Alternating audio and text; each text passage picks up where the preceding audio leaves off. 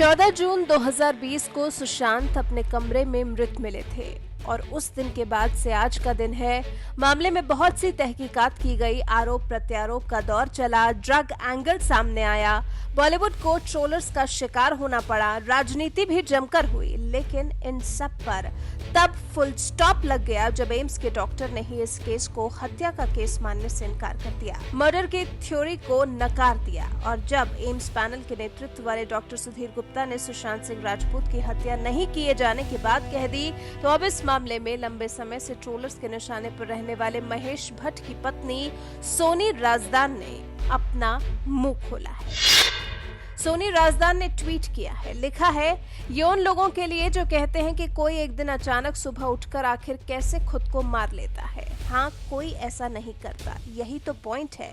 वो तो कई सालों तक इसे झेलते हैं। दुख की बात है कि लोग कभी कभी एक ही विकल्प चुन लेते हैं।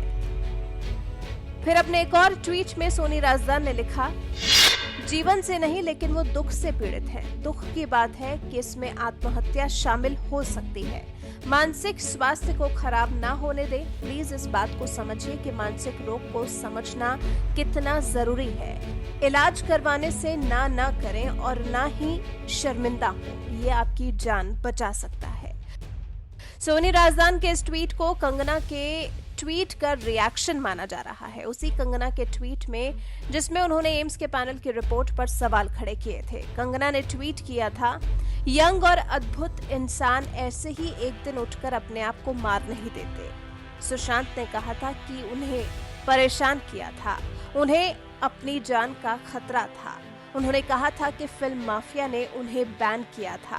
वो रेप के झूठे आरोप से मानसिक रूप से काफी प्रभावित हुए थे। फिर कंगना ने एक और ट्वीट किया था, हमें कुछ सवालों के जवाब चाहिए। पहला कि सुशांत ने बताया कि बड़े प्रोडक्शन हाउस ने उन्हें बैन किया था, हमें जानना है कि वो लोग कौन थे। दूसरा कि मीडिया ने उनके रेपिस्ट होने की झूठी खबर क्यों फैलाई। और फिर तीसरा सवाल ये कि महेश भट्ट सुशांत का मनोविश्लेषण क्यों कर रहे थे। कंगना के इन्हीं ट्वीट्स का जवाब सोनी राजदान के ट्वीट्स को माना जा रहा है।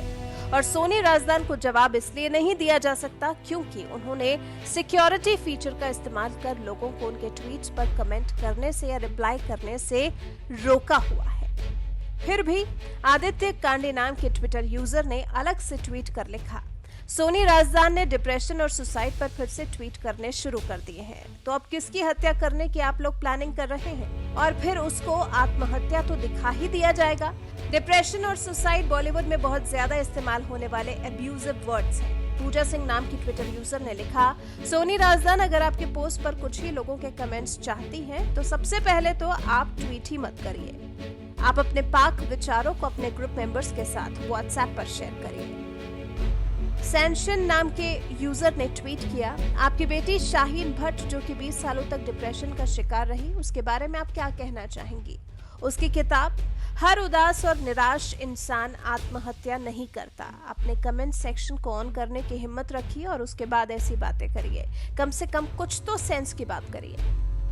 आपको बता दें, मामले पर एम्स के मेडिकल बोर्ड के अध्यक्ष डॉक्टर सुधीर गुप्ता ने कहा है कि फांसी के अलावा शरीर पर कोई चोट के निशान नहीं थे।